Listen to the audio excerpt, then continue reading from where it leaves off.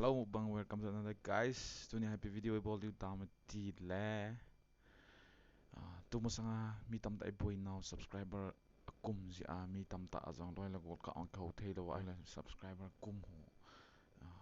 Ipisi ham ti so yun din za hin sevin. Chile su tu niao za hin sim ho e ho ding hin subscriber 10 20 hong kum din ha sa an ha sa le en chajun.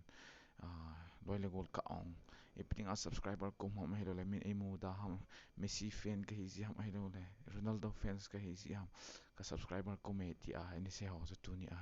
ei pa wa explain kan bol ni le let's get started. Hello guys, isi ma ba win tun ki pan tao tin ipisi a subscriber chu ha kuma helo le subscriber chu tu ma sang ta chu kia si se pon nga si se pon subscriber le si chunga zo si Pubg hello les YouTube ki chi ma a subscriber hi le si chunga mi zo si a ko ani ko me tu ma sang che chi ma sang nga che ma cha sa ne so kho po hin la YouTuber ho YouTube nei ten a se na wa chi new update hin tu ma sanga iso bi pau nampi media ama an bol pa ama subscriber hong kum lai ta chu update chi ma sang je ma cha update tha hong ai ama lai ta chu koi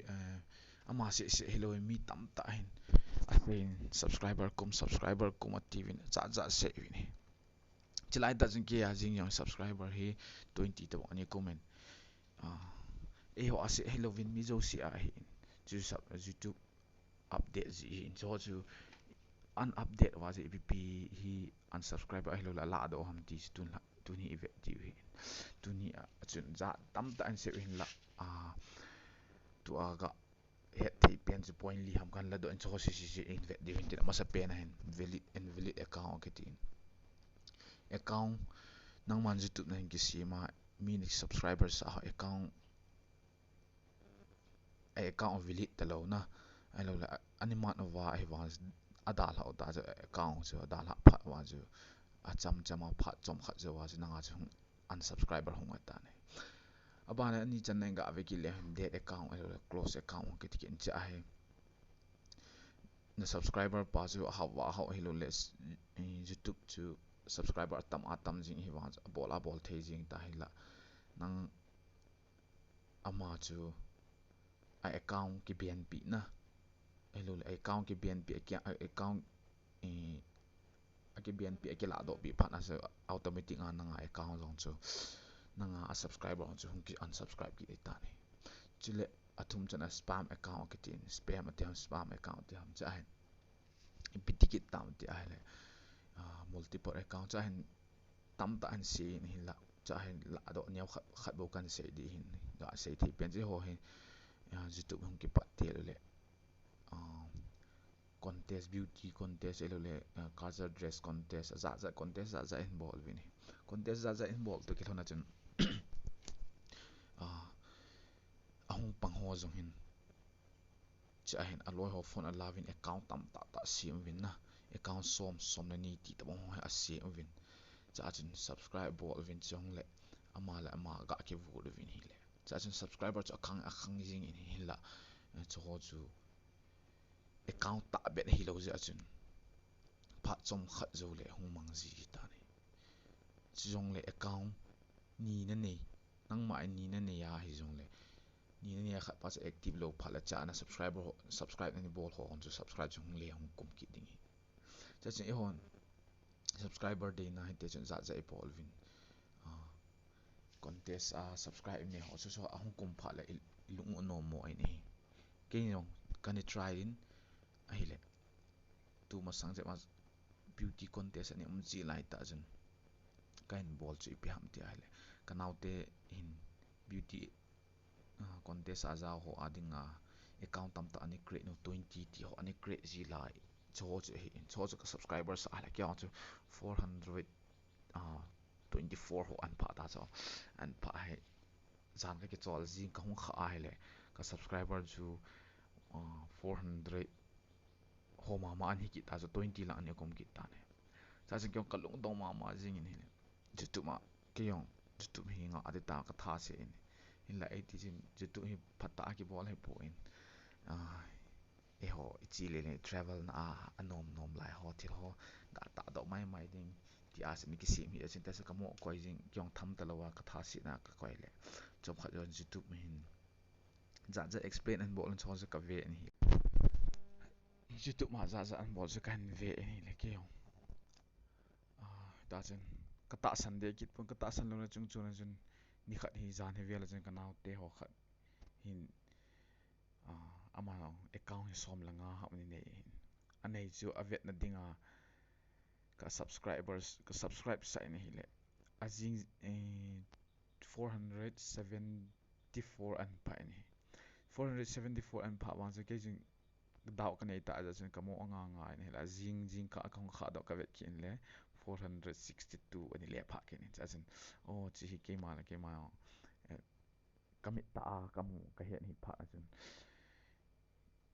ki chi account multiple account ai lo le date account ai lo le invalid account ho he hong kom demo he in cho ai ki cha na di om po e pi chi ham dile youtube min amo la mang jing lo wa kan lo ho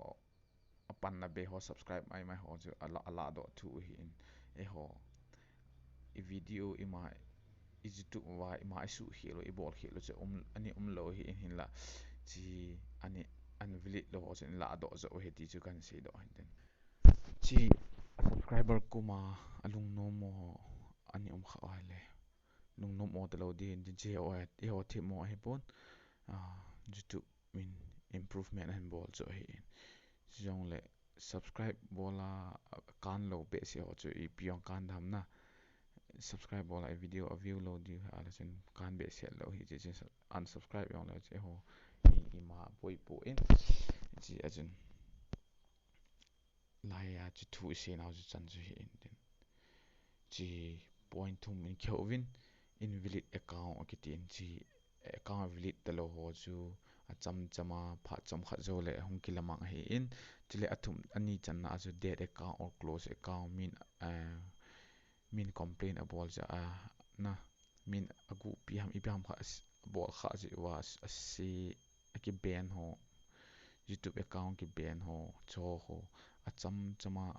ama cham chama all ta hung thom che hin ne athum chan na e hon account ni le thum siam wa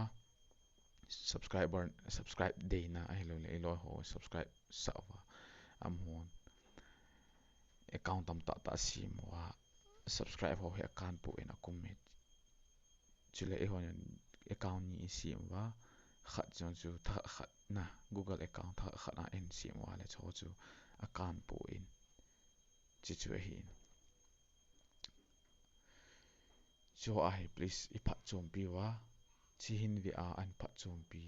a subscribe lo la han please subscribe nin bol pi win la chile like le comment jong nin bol pi divin kan temin tua chi video dung zu ya reaction ka mo dung zu ya apana video ka bol ku ni pi ham dile pana video bowling ka hin de le iti youtube ma he video abang ta he bang ta youtube ma he video i upload diu ham chule iti bol wa he le video hi tham khat viral jeb dam na chule iti abang ta dan ju ya he le min jo view jeb dam ti chu hi in chu ya update wa chu adi mo poi ti ne le win la tham khat aphat chom je me ti pa chu hi in chen please like le comment subscribe nin bol pi ja kong tao hi chi thui kheu na tan chen chai tao ti ki pai